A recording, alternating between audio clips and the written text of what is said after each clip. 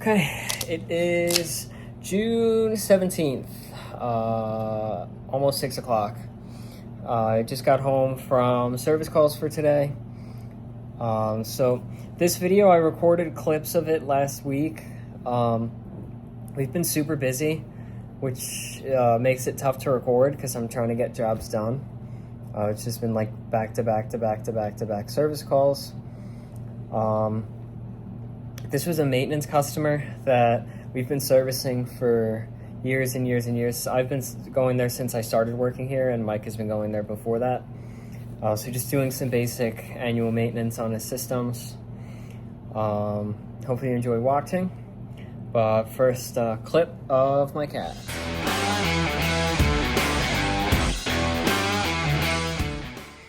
You guys ready to eat? You ready? Yeah, they want to eat. People were complaining that I feed them liquid slop. This is Tiki Cat, and it's very expensive cat food. It's grain and potato free. It's just meat and whatever. This particular one is sardine cutlets recipe and sardine consomme. I have multiple boxes of it. It's very, very good food with good ingredients, and they absolutely love it. See, this one's tuna and ocean whitefish, pumpkin recipe, and broth. It's real fish, and I could show you. Ready? This is a chunk right here of real fish. Chunks of real fish. There's like whatever this filler orange stuff is. Everything's gonna have fillers, but it's even that is man, you see my dirty sink dishes that I have to do. Even that's good stuff. It's whatever it is. Sardine consomme. They love it. I always put a little bit of water in it because boy cats need to drink more water, or they get I don't know, kidney problems or something. They eat like slobs, and then while they're distracted, because it is that time of the month for them, they're gonna get their flea medicine. I already uncapped it.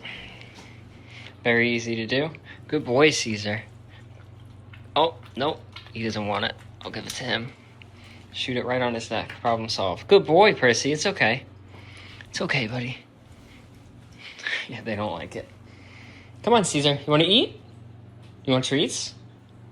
Ready? Here. Caesar, come on. I got some treats. Yeah, see, he doesn't like... They don't like the flea medicine. I don't know what it is, but they don't like it. It's okay. You want treats, Caesar? Come on, it's okay. He knows it's coming. I'm trying to get it on camera, though. Yeah? It's okay. Got him. Can't even see it. Just shoot it super high speed right up under their fur in a spot that they can't lick it. And they're good. You're all good. It's okay. Eat your dinner now. It's okay. Good boy. I'll throw these out after because I don't want to scare them away throwing out the garbage. I treat them with flea medicine every month because it's better to be safe than sorry. I've gone into customers' houses and had fleas all over me before. If I bring one flea home, that's all it takes. So, and they hang out by the window with the screen open. Fleas can get in that way. So I always treat them once a month. I just bought actually no, my girlfriend gave me a ton of the flea medicine, and then I also bought some from the vet, because my girlfriend is a vet tech. But they hate it. I don't know why. It doesn't burn or anything. It's just liquid that goes on the back of their neck. But back to the HVAC stuff. Okay, so at the house, gonna do AC maintenance here. First things first, we got a UV bulb down in the crawl space that's got to be replaced. I don't want to be in a crawl space, so that's the first thing I'm going to do to get that over with. And that is for this unit that I'm looking at right here.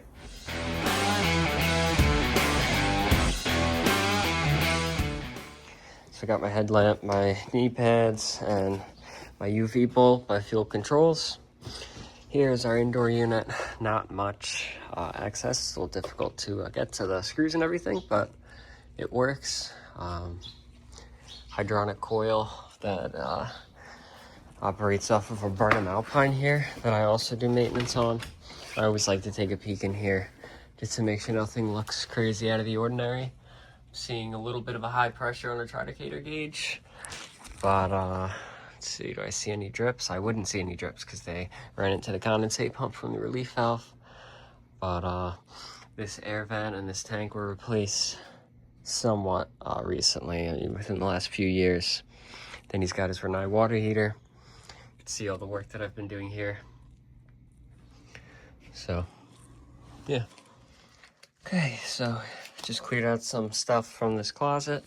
Here's our crawl space entrance, which I always thought was pretty cool. He's got this nice little latch with the finished hardwood flooring. Just put this down carefully. Don't want to scratch the wall. Grab my UV bulb. Let's head down here. Oh. Okay. I always like to take a look too. Just at everything down here, 'cause I'm sure nobody's coming down here. Just to make sure nothing crazy out of the ordinary. Maybe any drain piping leaking that James could come take care of. For the waistline, see there's a steam humidifier back there and our UV bulb back there. So I'm gonna crawl over and get that swapped out. Okay, so I didn't record it because I needed both hands, because you can't, I could do it with this one because it's old, but you can't touch the bulb itself with your fingers or anything, so I just don't touch it at all, even with gloves on. Pop it in there, and then we go right in.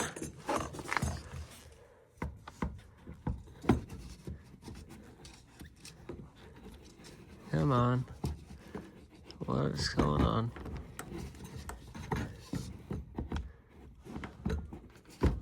There we go. And let's see, I actually don't hear the ballast. Okay, so I don't know if the camera can pick up that sound, but it is on and running.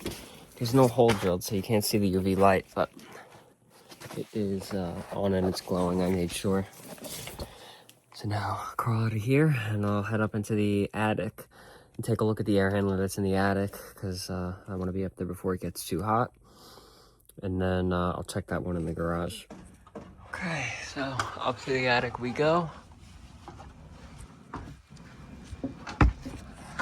I already came up and threw my drill and meter up here, but I forgot my pan treatment. It's just a normal spray bottle, but I have condensate pan treatment spray from Refrigeration Technologies, the Viper or whatever it is in there. But he's got filters here. Let's see. Just want to see what filters he's got. Okay, they're all the same. But he's got other filters downstairs that aren't this nice 4-inch thick filter. So let's see.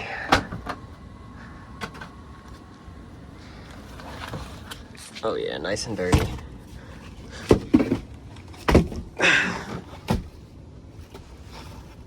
Good build up on that. Throw this one in. Actually, before we throw it in, let's take a look here at our evaporator coil. And you can see it looks brand new, so perfectly clean. No need to clean that. Let's throw this in. A little tight here with this wood beam, but it does perfectly fit.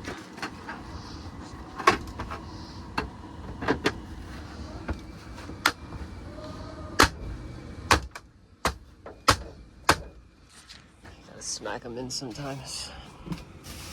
So we'll make sure to throw this out.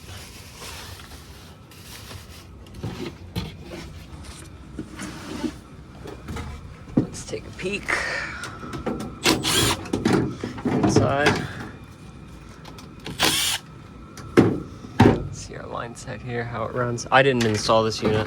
I'm sure, I would think that Mike did because it's Bosch and we've been coming here for a while, but I actually don't know.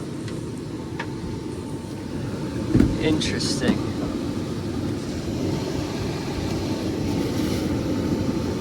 No, that's been there. It's not actively moist, so that's from the past. Probably a drain clog in the past. But, yeah, looks okay in there. And I guess I should double check level. But, it's definitely dry currently. Let's see. So, I'm gonna get some pan spray sprayed in there. Just coat that pan with it. It's like a detergent.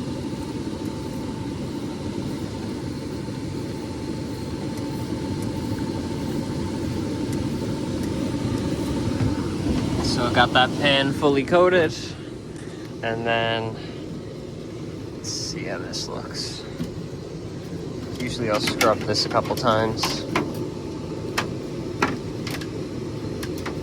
Just to break up any debris in there.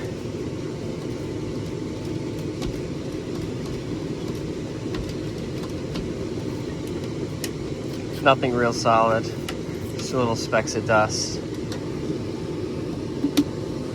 Close that, and then I'll put a couple sprays here.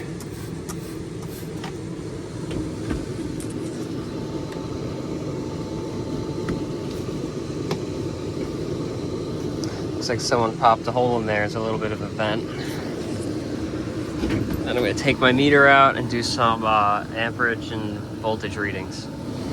245 volts. And let's see.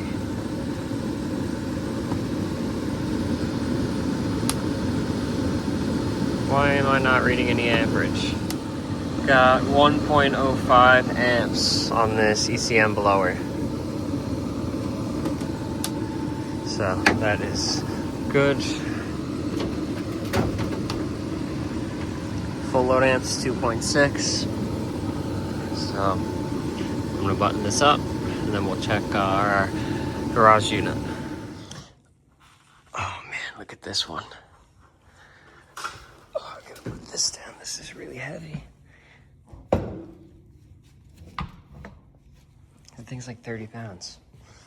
Let me take that old one out. So dirty, it started to suck in. Filthy. See that return plenum there. Be nice to have a bigger filter on the system, but it is what it is. This is like a 5-ton or 4-ton system. This filter's not big enough. And of course, these are just too big. Hey, well, with a little bit of force, could get any filter to fit, I guess. There's a screw in here. There we go.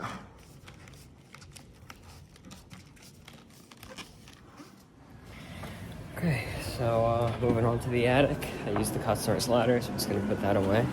Now, you need 144 square inches of filter for every ton of airflow. That's the general rule. There's 420 square inches of filter on that little 14 by 30. He needs 720, technically, for this air handler. But when you step foot into this house, we're right by the water, so it's very humid. It's also pretty warm today. I don't know what the reading is. I guess I could look at my weather. See what we got. 76 degrees. And what's our humidity? 83%. It's pretty humid here. But when you step foot inside the house, it's nice and dry and nice and cold. So his systems work very well, which is interesting considering they're not, or considering the filter on this big, it's gotta be 5 tons. Oh, 4 tons. So less than 720. 5, 586 square inches of filters when he needs, I think, or something like that. So 100 and something square inches short, so it's not too bad, but these systems do work really, really well. So this one's just a Ream basic on and off. Actually, I think it's 2-stage, but I'm gonna open this one up and we'll take a look inside. Okay, so here's what we got. I got our blower. Our blower wheel is pretty clean. A little bit of dust buildup I might brush off. This is a downflow fan, so it's pulling from the coil and blowing down into the ductwork there, which means that our UV light down there is on the supply side. Coil is very clean on that side, but that doesn't matter because our air flows through this way. And there's a little bit of buildup on there, so I'm actually going to spray some evaporator coil cleaner on that just to help out with cleaning it off. You can see that dust in that pan there, I guess from pulling past the filter since it was so clogged. So I'm going to get some coil cleaner sprayed in there as best as I can. Spray some pan treat. I'll probably flush out the drain line. And take it from there. I'm not going to record everything because this is all repetitive stuff that I do all the time. If you want to see me do specific things, you can go back and check videos. I usually have some sort of specific video dedicated towards something like replacing a blower motor or cleaning an evaporator coil. Okay, so it's real tough to get in there and spray it, but you see that dirt really starting to break down on it, so I'm trying my hardest to get in there, but very limited access and I can't pull the coil out because it's blocked by the copper lines here, and I'm not going to go crazy with it. Okay, let's see. Man, it's really tough to get in there.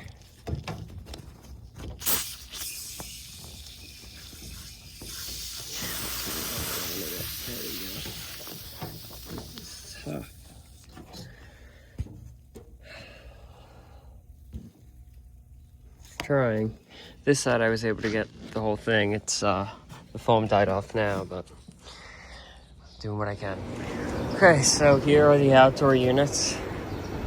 And the most important thing to do here is to rinse the salt off. Now, water alone isn't going to take all this buildup off, and Bosch says you're not allowed to use any acid wash chemical on their coils. So what I'm going to do here is I'm going to actually spray this coil with some spray 9.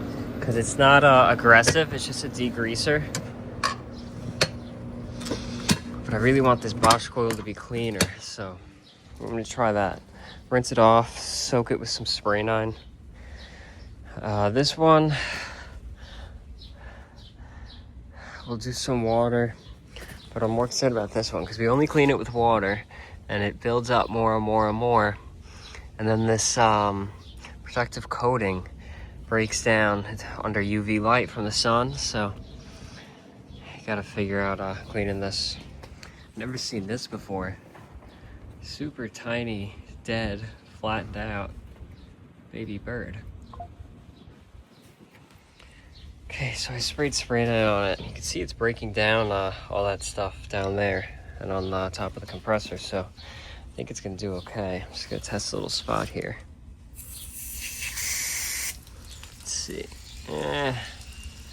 it maybe helped, but I wish there was a way to clean these Bosch coils better.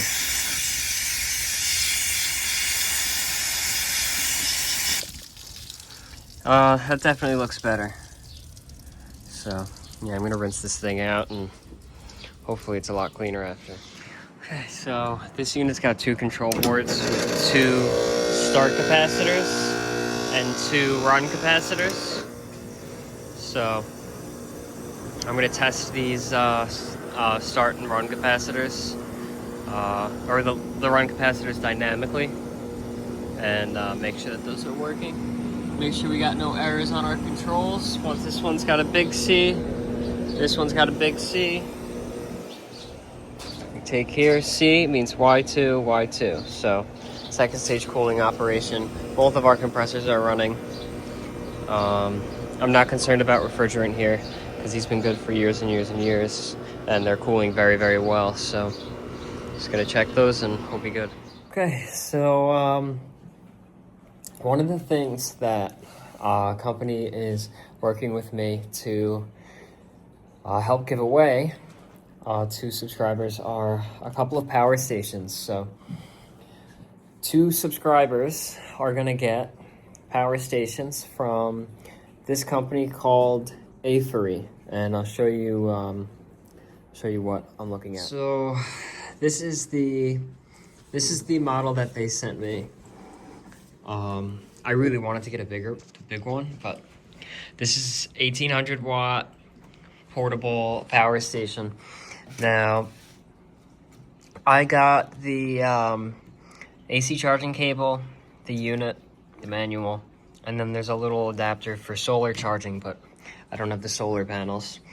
But this thing is pretty cool. So I was just looking at this to see how much power it actually has in it. I'm not too like keen on what the power needs to be, but it says 1024 watt hours. So if anybody knows what that means, that's what the manual says here. I've been using a 1200 watt unit from a different manufacturer, but it's cheap and kind of crappy. So this is the company that I wanted one from, because this is the company that Mike has one from. So you can do 12 volt charging like a normal car port, a couple other 12 volt ports right here, as well as like your normal USB-C or regular USB devices. And then you could turn specific things on and off, and you could see it tells you up there when something is on. So that's the USB ports is on, turn them off, and then our DC ports are on, I can turn them off. Now I'm not really ever going to use the DC. I'll probably use these maybe once in a while to charge like headlamps and things like that. It does have a light, and it's super bright light. It's blinding. Oh, turn off. But this is what I would use the most. And this is 120 volt outlets right in the back with a built-in breaker. You could change the wattage if you want 500 watts or 1000 watts. But here's where you would plug in your charger to charge it in the wall outlet. And here's where you plug in the solar or the DC car charger if you want to charge this with a car. I do wish they gave me the adapter to plug it into the car, or into the truck, because that's primarily where this is going to be. So I'll show you when I'm using it, but I put this in between the driver and passenger seats right in the center console, and I put my Milwaukee chargers right on top of it. I got this 6 battery charging pack. Just put it right on top of here, plug it in, and then I can charge it. I'm curious to see how much use I'll actually get out of it, like how many charges of Milwaukee batteries I can get with this.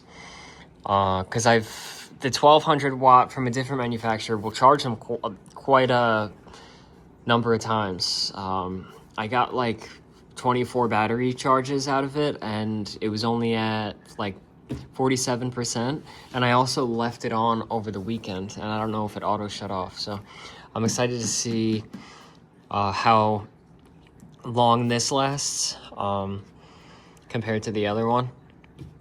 It's pretty nice. You got the on and off and the light. It's compact. It's not super heavy. Let's see. I can lift it with one hand. And I'm not the strongest person out there, so whatever that comes out to in weight, I'm not exactly sure. I want to say maybe 35 pounds or so. Okay, so I just checked and it's 29 and change pounds. So it's not absurdly heavy, but you know, it's a battery bank, so it's got batteries in it. It can't be lightweight. And then it's got these cooling fans. But I'm just gonna show you what the manual said. Pure sine wave AC output meets almost all daily electronic equipment and small household appliances. 2-way fast charging technology to fully charge the product within 1.2 hours.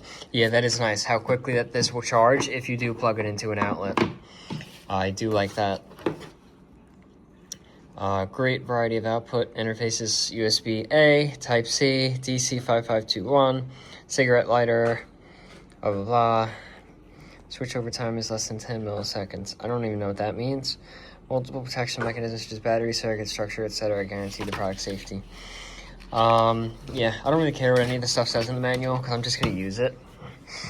And I'm super excited about it. So what AFERY is going to do, that's the company name, is they're going to send out the 1200 watt, their own 1200 watt models. Now I think their 1200 watt models are going to be a lot better than the model that I've been using, and I don't know what company that was. I've never heard of it before. So I need to figure out a way to do a giveaway for those 1200 watt power stations. So leave in the comments what I should do, how we should do a fair giveaway for all my subscribers.